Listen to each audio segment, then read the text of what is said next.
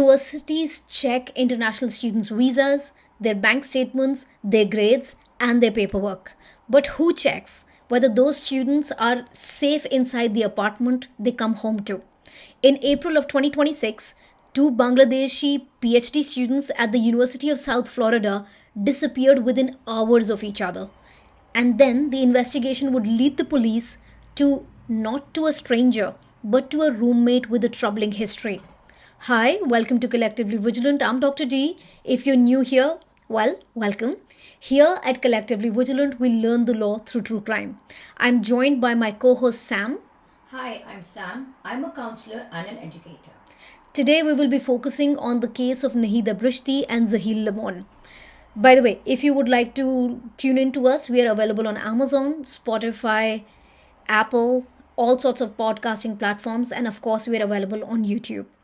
So, as I said, Didi, today we will be focusing on the case of Nahida Bristy and Zahil Limon. So, without further ado, let me start with their story. Before this became a murder case, before police found blood inside an apartment, before the name Hisham Saleh Abugharbieh entered the headlines, this was just a story of two young Bangladeshi doctoral students trying to build a life in a country that was still very new to them. Zahid Ahmed Limon had come to the University of South Florida in the fall of 2024. He was studying geography, environmental sciences, and policy, and his research was connected to artificial intelligence and wetlands and remote sensing and environmental changes. Nahida Bristy, on the other hand, arrived a year later in the fall of 2025. She was studying chemical engineering.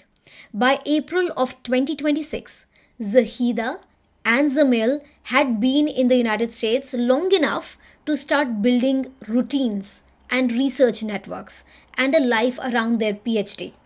Though Nahida was newer, and it was still her first year where things can be both exciting and exhausting, both of them were trying to make a go of life in South Florida.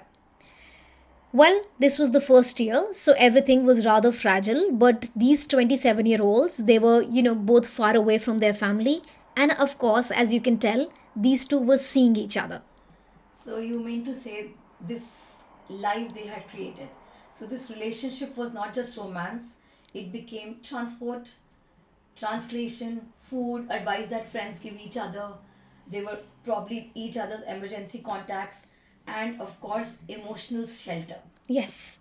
So, yes, exactly, Didi. I don't think I could have put it any better than that. So, these were not just two names. Before, so by the way, I told you all this because before they became just a university or a name on a university alert system, these were real human beings. And now I'm going to start with the painful story of what happened not only to these two individuals but also their families. Our story begins on April 16 of 2026. Of Nahida and Zamil broke on this day. Nahida had been on campus that day, moving through what should have been an ordinary day in the life of a doctoral student. It should just have been office, lab work, messages, coming home, the same repeated habits of a lonely international student who's studying abroad. However, on this particular day, she stopped responding to her family over the phone. So, you mean to say parents who were in constant touch now at this point of time, uh, their child is not responding to them must have been a big red flag for them.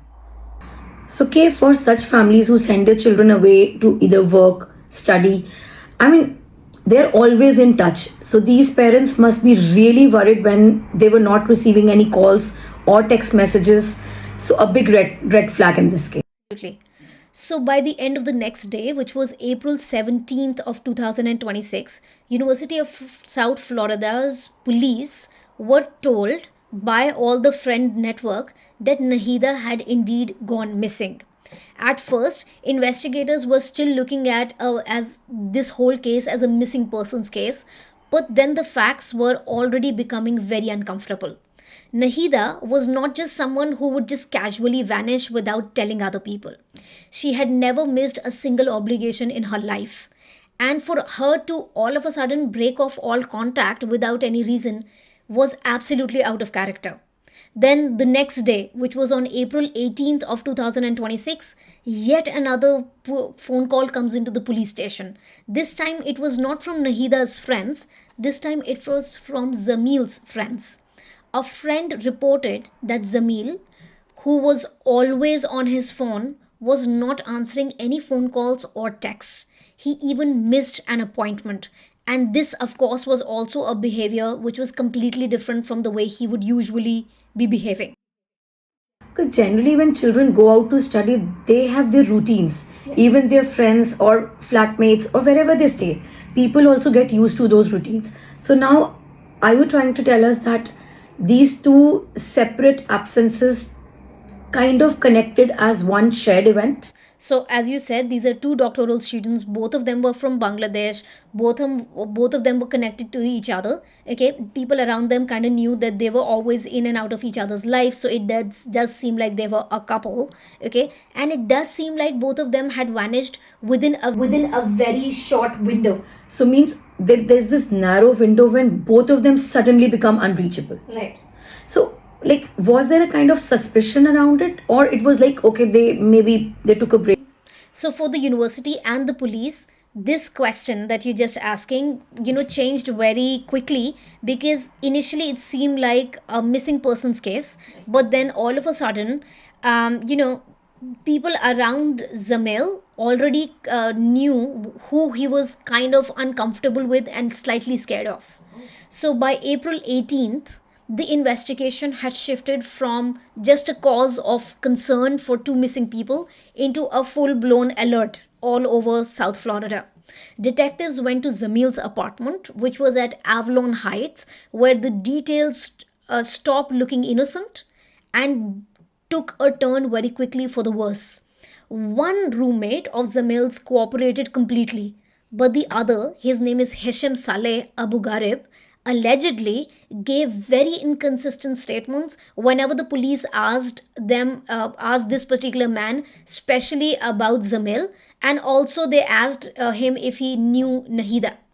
Then detectives searched the trash compactor, and it seems like before it was emptied, the police was able to get there on time, and they found many really important things for Zamil's life. They found his glasses, and as someone who wears glasses, I can tell you we can't see without them. They also found his student ID, his wallet, and a very concerning thing, they also found heavily bloodied clothes which had been discarded into the trash. This was the moment that the case changed forever. This was no longer just two students who had quietly run off into the sunset just to spend time with each other. This was now turning into, as you can tell, Didi, this is turning into something much, much worse. Much sinister, much worse. Right. So the police had blood, they had missing personal items of Zamil, and they had reason to believe that something violent had actually happened in that apartment.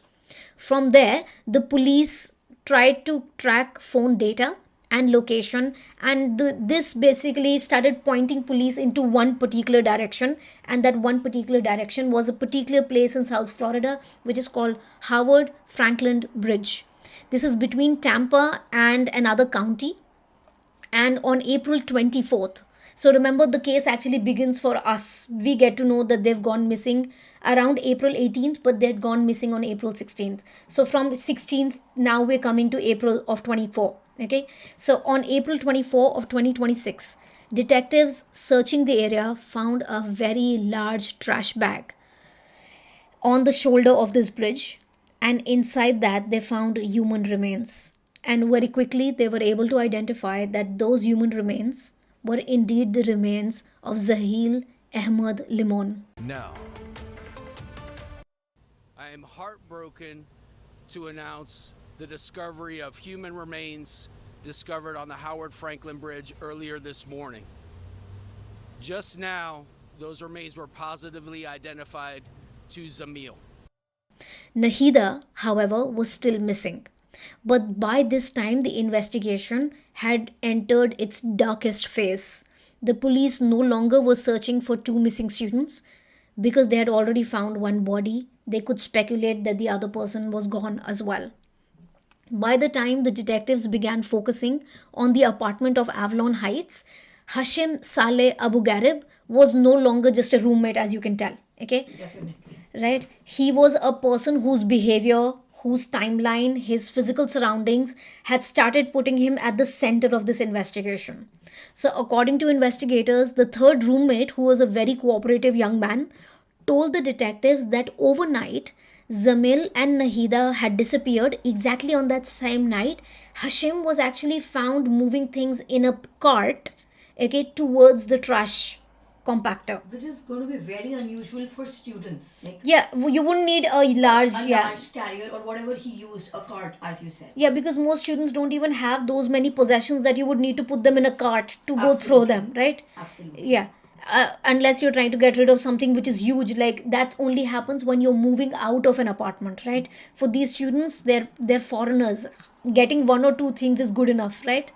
So when detectives searched that trash compactor, they found Zamil's wallet, as I said, his ID cards, his glasses, his clothing, everything. And actually, it was the helpful roommate who had told the police that they should go look there. Okay. Then the police returned with a search warrant, and the evidence allegedly became even more direct. The blood residue led them to the kitchen and towards Hashim's bedroom. So the police, of course, find blood residue, and that blood residue was not only leading them to the common kitchen area, but it was actually leading them into one specific bedroom, and that bedroom was Hashim's bedroom. And that's where they also found a blood soaked carpet. They also found Nahida's ID campus, her credit cards, and which were inside Zamil's room. Okay, and then they could find all this, and they could also find that the phone location data was pointing to the fact that she had also been in that apartment. And then the license plate reader found date by the police, they could actually find that it placed Hashim's car and Zamil's phone together on top of a bridge. So they were able to make this connection. And that's exactly the bridge, the Howard Franklin Bridge, where they found Zamil's remains. And those remains were found on April 24th. 2 days later, a kayaker who was, and by the way, God always bless these people who go on these kind of treks and who are always kayaking, and they always find these kind of bodies, okay? Otherwise, half of the people would never get found if nobody goes trekking. So, 2 days, Traumatic for them, but yeah, definitely for these bodies and these families. families. Oh my god. So, 2 days later, a kayaker found another body in the nearby water, and that body was later identified as Nahida. At this stage, the police had not publicly released any kind of motive.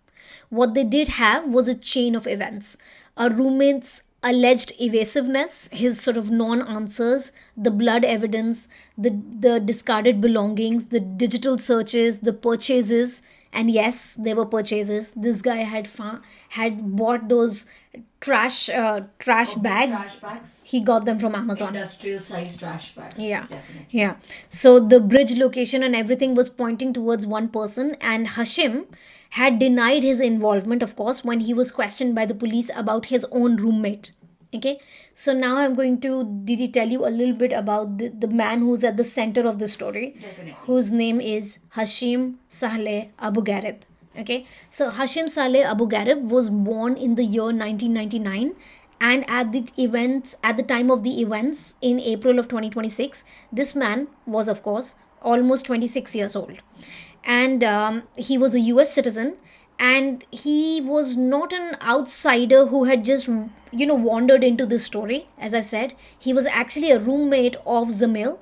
Okay, and that's how he becomes a person of interest. So he had previously attended the same university even in the spring of 2021 till the spring of 2023, and he reportedly had pursued a bachelor's degree in management from the same university, which is the South Florida University of South Florida. So they were basically just roommates. Yeah. They were not in the same program or same. No. Because like the university sort of place random people together so that you can get to, appreciate another person's culture. You get to, become a bigger person by living your life with other people, basically. A more well adjusted, person in today's global world, basically. Right. So he was living with Zamil at Avalon Heights, which was an off campus apartment near the University of South Florida, while Nahida actually lived separately. But because Zamil lived in that apartment, she was over there all the time. And this distinction, of course, matters because when they found her ID in that apartment, that would be a red flag, right? Definitely, yeah. So, publicly, there does not seem to be any confirmation that Nahida herself had ever had any conflict with Hashem. Okay, but the timeline does suggest that she must be visiting Zamil at some point, and at that point, she must have fallen into the hands of Hashem, and she had come to her demise because of that. Hashem was interviewed, as I said, several times before he was eventually arrested, and of course, every time he would give an answer, he would say, I don't know anything. And all his answers were completely inconsistent with the evidence that they were finding that his car was on the same bridge with Zamil's phone. Okay. And of course, all this was, the untruth that he kept saying one after the other. So, on May of 2023, according to the report that was filed by the police, they say that the following must have happened. Okay, more investigators looked into this person whose name is Hisham Saleh Abugharbieh. The more they began to see that he must have been the architect of this double disappearance and double murder. In May of 2023, according to an incident report that was filed back in 2023, Hashim allegedly punched his own brother and kicked his own mother, and this was registered as a case of domestic violence. During the same encounter, when the police spoke to him, he apparently said, quote, I created my brother, I'm his god, unquote. This sounds a little strange. Of course, right? It is Created very my strange. brother. Yeah, he said, quote, I created my brother, I'm his god, unquote. Which, by the way, Didi, as the older sister, I'm sure you must have said something like this when we were growing up, okay? I did not say all these things. No, but you would used to kick me around, okay? Kicking is fine. And his own family members have actually been telling the police that his Hashim's behavior over the years was getting from bad to worse. He was arrested on a misdemeanor battery charge, and he was then put in under Florida's Baker Act into a mental health institution. Okay, before you tell us anything else about Hashim, what is Florida's Baker Act? Yeah, so it's a very interesting thing. So it allows emergency medical health hold over someone even when that person has not consented. So it's like family members go up to the police and tell the police that this person is having a mental episode. So even though you're older than 18 at that point, the police can actually pick you up and take you to a mental health institution and place you there for a short period of time. So I think the definition of Baker Act would be that it's basically a Florida law that allows a person to be taken under an emergency health situation, and they can be held up to 72 hours if they are being a danger to themselves or if they are being dangerous to people around them. Justified, yeah. Yeah. After this, it doesn't seem like there has been any public sort of declaration of what this man has actually been. I mean, what's going on in Hashim's mind, we don't know that, but he was definitely put Baker acted as it's called in 2023. Okay, he was, of course, because he was beating up his brother and his mom, he was charged with battery. However, his own family is nice enough to drop those charges. Now we can say nice enough. I was going to say that, was it right at that time? Was it nice enough? 2 people are dead. Yeah, but then the family couldn't have foreseen that a child who's kicking and hitting a brother or speaking ill to the mother would later turn into allegedly a murderer. Okay, so anyway, when this whole incident happened and our 2 victims, Nahida and Zamil, go missing, at that point, many people, of course, in the media went up to Hashim's family to ask what was Hashim like, and one of his relatives said Hashim was caught a cool guy, unquote. He was a supportive eldest son, and yes, his behavior had changed, and yes, he had anger problems, but he was a nice person, is what some of his relatives have said. Okay. Now, there are other reports which say that there was this one point when Abu Gharib, Hashim Saleh Abugharbieh, that's his full name, he went into his parents' house without invitation, and at that point he tried to kiss his sister who's 20 years old, and he tried to sort of force himself upon his sister. So that is of course a big red flag. Definitely a red flag. Right? And Didi, do you have anything to say about this kind of conduct? It does seem completely out of place that a brother would try to kiss his own sister. So there's something mentally probably which is not right with a brother who would try to break that kind of moral boundary. And then he breaks in the house, so it means something was definitely off with him, right? Yeah, but then, like in a way, as children, we can sort of walk into our parents' house. So I don't know if that Now what should as be called. adults, and you don't go about kissing your brothers and sisters Yeah, that's true. if it's but not platonic. yeah, Let's yeah, be very yeah, clear here. yeah. So at this part of the case, legally and morally, this guy seems really uncomfortable. And by the time Zamil enters the life of Hashim, there's already documented family violence. There is this one kissing incident. There is erratic conduct. There is this Baker Act. So definitely stuff has already gone wrong in Hashim's life by the time Zamil enters his life. Okay, then by April of 2026, which was about a month ago, these earlier warnings about Hashim collide with the investigation into the disappearance of Zamil and Nahida. The third roommate, the helpful guy, reported to the detectives that Hashim was moving items around the apartment. He was throwing stuff into the trash compactor after midnight. Okay, and these were strange things because this guy had not bothered to clean his apartment before that. Okay, so Of course, you had to bring in the element of cleanliness. yes, because as a person who's cleaning all the time, this would not be a red flag. I do wake up in the middle of the night and start cleaning if things, and I think you will add that I clean an already clean space. Yes, she cleans already clean spaces. Right, because I never let things go bad in the first place. Yes, let's get back to the story. Yes. So, when questioned, Hashim allegedly, of course, as I told you several times earlier, of course, he denied involvement. Everybody does. Okay. But investigators noticed that he had a bandage around his pinky finger.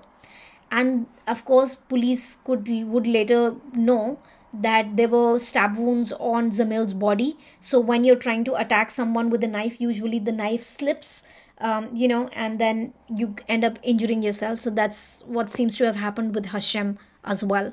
Okay. So Didi, it does seem like when it comes to the case of Hashem, there is not one single piece of evidence which will be able to seal his fate in this particular case. It does seem like this is the kind of evidence that the police say that they have against him. They say that he did some disturbing online questions. These days, of course, nobody uses Google anymore. So he was asking disturbing questions to ChatGPT. Now, by the way, when I heard that and when I read that, because I do this kind of research for these kind of cases all the time, ChatGPT at times refuses to answer my questions. Yes, you're absolutely right. Right? So And then how did he get his responses? I don't know, maybe he was using something like Claude or something, and maybe not ChatGPT, because ChatGPT does not cooperate with me at all. Every time I try to ask ChatGPT anything about how long would it take for someone to, let's say, die or something like that, okay, and I'm of course only answering these Research questions purposes. for research purposes. But I don't know. So they found these kind of disturbing questions were being asked by Hashem to ChatGPT, and it also included questions like, "Can a knife penetrate a skull?" I think ChatGPT would answer that question. That sounds could be bio or some. It would take it. into a biology kind of Yeah, question, right? biology. Then he also asked a question like whether a neighbor can hear a gunshot, and then he also asked ChatGPT questions like, if you put a human body inside a garbage bag and throw that garbage bag into a dumpster, can the police find it? Okay, these became increasingly specific questions. Around the same period, the investigators also say that he purchased items that do look suspicious in hindsight. He did buy things like a heavy duty contractor bag, trash bags, duct tapes, Lysol wipes, lighter fluid, a lighter, fire starting material, charcoal, and a fake beard. So the entire con was in his head. Yeah, it does seem like. And by the way, if you do see pictures of him, which I will definitely put in this video, you will see that this man is one of those people who is already growing quite a luxurious beard, so he did not need any fake beard. So after these two students disappeared, the police was able to get into Abu Gharib's phone history, his vehicle GPS, and they saw that he had actually removed all data. And then, of course, as I said, there is not one thing, but there is this series of things which are leading to this person being the perpetrator. Okay, so it does seem like he did this kind of violence, he did clean up, he did conceal the bodies, and he was trying to erase his trail. So, Didi, now that you've heard this story, it does seem like a calculated, premeditated murder to me. It does seem like a double murder to me. From a psychological point of view, Didi, what do you think is going on inside the mind of Hisham Abugharbieh? Okay, when we talk about Hashim, see his behavior from the beginning raised several red flags. Yeah. And but we have to be very precise here. We cannot diagnose this individual based on news reports or mental illness. Even if it is there, it does not automatically explain or excuse his violent behavior. And if you analyze the pattern being described here, so in earlier family related violent cases, there is a pattern definitely, and his behavior is erratic. He also, the kind of behavior he shows towards his brother and mother, it's bizarre. Yeah, Yes, it's very and grandiose. yeah, exactly. It's like more of an anger issue, anger problem. Who I mean, I cannot be very specific here, but when you mentioned the Baker Act hold, Yeah. so if He must have been so bad that they had to put him in an emergency hold. Yeah. absolutely, and then during the homicide investigation, as you mentioned, police describes him as an individual who became evasive whenever he was asked questions, and he wipes his entire phone history. You just mentioned, I think, GPS as well. Yeah. So, and he's searching such specific questions that actually a kid would know not to do. Yeah. And he also bought those items, right? Yeah. So, I mean, he's buying items, he's planning to conceal, he's buying a beard. Yeah. I mean, So psychologically, this would be a combination that would matter to you, right? definitely. I mean, did he just snap? He just, I mean, it was rage, it's impulsive attack. I mean, it is not that easy to explain. I mean, he was buying material. So, I mean, pre-incident, did he plan everything? And he's wiping off his footprint, digital footprint. Now, definitely. So the defense may very well explore his Competency. Yeah. medical health, substance use, but we don't have any evidence of that, right? Right. No, not so far. But I'm sure a person who behaves like that, and frankly, Didi, they're in university. Okay, everybody is smoking joints all the time, especially in a country like theirs, because in most states it's actually very easily available and it's legal. Yeah, here I feel it's more about his impaired thinking. It's not standard, or it's not something that an educated person would do what he was doing. Like, So I think what's going on, Didi, is that's what you're saying. That's what that's what the defense will do in the court case when it actually comes to the court. That they will say this was a guy who was going crazy. There was a pattern. By the time Zamil comes to his life, he was already going crazy. So they might actually say that they might actually use his mental health as an excuse. That's what the defense might say, is what you're saying, right? definitely. I mean, in legal language, how would you sum it? Yeah, I will. But then before I go to the legal language, I'll actually come to how we can understand this from a criminological point of view, now that you've given your psychological point of view. So I would say that if I use criminology to understand what's going on, the one theory which will actually explain this fully is routine activities theory, which is Cohen and Felson's theory from 1979. And their argument is very simple but extremely powerful. These two gentlemen, the criminologists, they say that crime becomes more likely when three things come together. Number one, you have a motivated offender. So in our case, it does seem like Hisham Saleh Abugharbieh was a motivated offender. Okay, we don't know why he was so motivated. What did he have against these two people? We don't know that. He had a suitable target in front of him, which was his roommate Zamil. So he had this, you can just walk into another room and that person's basically sleeping there, eating there, right? And the number three thing that you need in the triangle of three things converging together is you need the absence of a capable guardian. Now, Zamil was 27 years old, so technically, when you're 27, you don't really need another person to come and guard you. But the fact that another person would have been there, maybe another roommate, would have stopped this incident, but we don't know. So, according to routine activities theory, you need three things. Number one, a motivated offender, a suitable target, and an absence of a capable guardian. This case fits that framework disturbingly well. Zamil was not targeted because he was weak. He was vulnerable because this was his routine place to live. He lived in the same apartment with Hisham, and the alleged offender, I will have to say alleged, did have easy access into the other room. He had knowledge of all his movements. He must have known the time he leaves, the time he comes back. He also knew Nahida because of that, because Nahida would come into the apartment so often, right? So the absence of a capable guardian here, some people might have a problem with that, because it does seem like, to us, it does seem like Nahida and Zamil, I'm sorry, were together, right? So in that sense, it does seem like there were two people. We don't know how he was able to lure one into his room. Maybe there was an argument which broke out. We don't know any of that, because this man, of course, is not going to say anything, and whatever he will say, he'll just try to save himself, right? So his individual pathology, we don't know, but according to criminology, it's the larger patterns that we study, and it does seem like Hashim was in the orbit of Zamil, and Nahida was, of course, in the same orbit as well, by association. By association, absolutely. Right. So Didi, you had asked me earlier what's happening in this case legally, right?